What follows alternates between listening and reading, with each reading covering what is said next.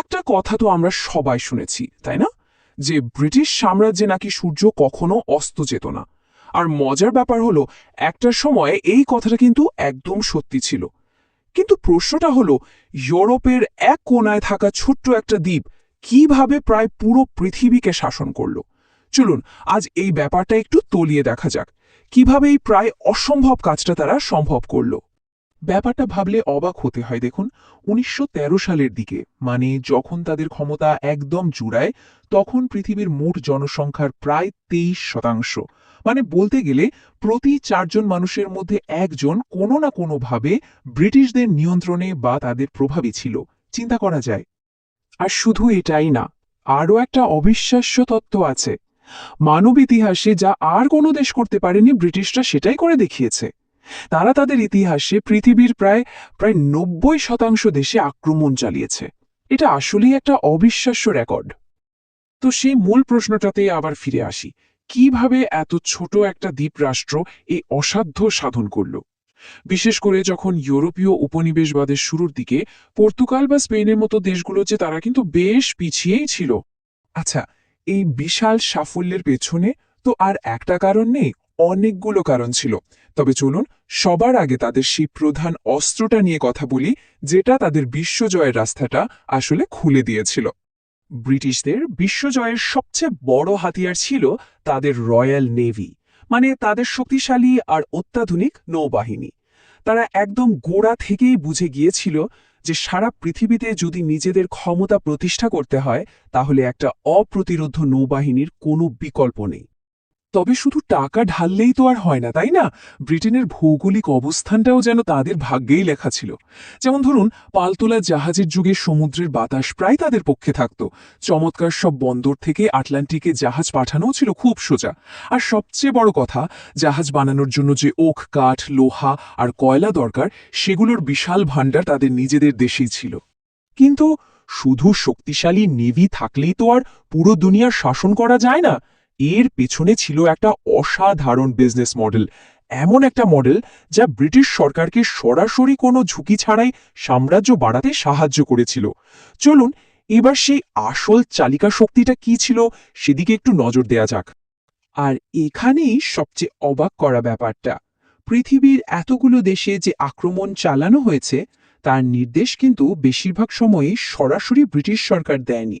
বরং এর পেছনে ছিল কিছু লোভী ব্যবসায়ীর প্রাইভেট কোম্পানি আর তাদের নিজেদের ভাড়া করা সেনাবাহিনী। ব্রিটিশ সরকারের কৌশলটা ছিল এক কথায় low risk high reward model. ব্যাপারটা খুব সোজা। এক, সরকার কিছু প্রাইভেট কোম্পানিকে ব্যবসা করার লাইসেন্স দিত। দুই, সেই কোম্পানিগুলো নিজেদের আর্মি দিয়ে নতুন নতুন জায়গায় কলোনি বা উপনিবেশ তৈরি করত। তিন, রয়্যাল নেভি তখন সেই কোম্পানিগুলোর সম্পদ আর ব্যবসার রাস্তা পাহারা দিত। আর ৪ নম্বর এবং সবচেয়ে গুরুত্বপূর্ণ, সরকার ওই কোম্পানিগুলোর বিশাল লাভের উপর মোটা অঙ্কের ট্যাক্স বসিয়ে নিজেদের কোষাগার ভরত। মানে ঝুঁকি সব কোম্পানির আর লাভের ভাগ সরকারের। দারুণ বুদ্ধি, তাই না? এখানেই কিন্তু শেষ না, তারা আরও একটা নিয়ম করেছিল। সেটা হলো, উপনিবেশ থেকে যে কোনো জিনিস বাইরে পাঠাতে হলে সেটা ব্রিটিশ জাহাজেই পাঠাতে হবে। এর ফলে কি হতো? আমদানি হোক বা রপ্তানি, দুই দিক থেকেই ব্রিটিশ সরকার ট্যাক্স আদায় করে পয়সা কামাতো। কিন্তু এই যে এত অর্থনৈতিক সাফল্য, এত টাকা পয়সা, এর পেছনে কিন্তু লুকিয়ে আছে চরম নিষ্ঠুরতা আর শোষণের একটা অন্ধকার ইতিহাস, যে ইতিহাসটা আসলে এই পুরো সাম্রাজ্যের ভিত্তি তৈরি করে দিয়েছিল। ব্রিটেনের লিভারপুল বা ব্রিস্টলের মতো বড় বড় সুন্দর শহরগুলো যে গড়ে উঠেছিল, সেগুলোর ভিত্তি ছিল আসলে দাস ব্যবসার বিপুল পরিমাণ মুনাফা। ভাবা যায়, ১৬৬৩ সালে ব্রিটিশ সরকার আইন করে মানুষকে পণ্য হিসাবে কেনাবেচার অনুমতি দেয়। আর এই দাসদের দিয়েই ব্রিটিশ কোম্পানিগুলো উত্তর আমেরিকা আর ক্যারিবীয় দ্বীপপুঞ্জের উপনিবেশগুলো চালাতো, বলতে গেলে প্রায় বিনে পয়সায়। প্রায় ১০০ বছরেরও বেশি সময় ধরে এই নির্মম প্রথা চালার পর অবশেষে ১৮০৬ সালে এটা নিষিদ্ধ হয়। ততদিনে আমেরিকার উপনিবেশও তাদের হাতছাড়া হয়ে গেছে।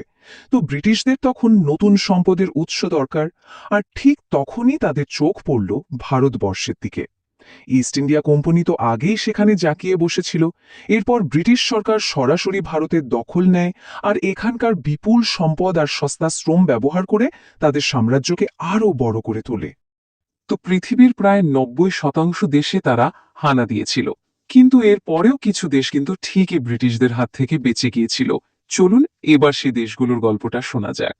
প্রায় 22টা দেশ আছে, যেমন ধরুন বলিভিয়া, মঙ্গোলিয়া, এমনকি ভ্যাটিকান সিটি, যেখানে ব্রিটিশরা কখনো আক্রমণ চালায়নি। কিন্তু প্রশ্ন হলো কেন, কিভাবে বেঁচে গেল এই দেশগুলো? এর উত্তরটা আসলে খুবই সোজা। কারণটা হলো এদের ভৌগোলিক অবস্থান। দেখুন, ব্রিটিশদের আসল শক্তি ছিল তাদের নৌবাহিনী, মানে সমুদ্রের ওপর তাদের দখল। কিন্তু যে দেশগুলোর চারপাশে সমুদ্রই নেই, মানে যেগুলো ল্যান্ডলকড, সেখানে তো আর জাহাজ নিয়ে আক্রমণ করা যায় না। আর দুর্গম স্থলপথে গিয়ে আক্রমণ করাটা ছিল অনেক বেশি খরচ আর ঝুঁকির ব্যাপার।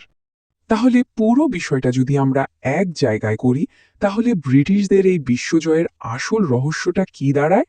চলুন সংক্ষেপে একবার দেখে নিই।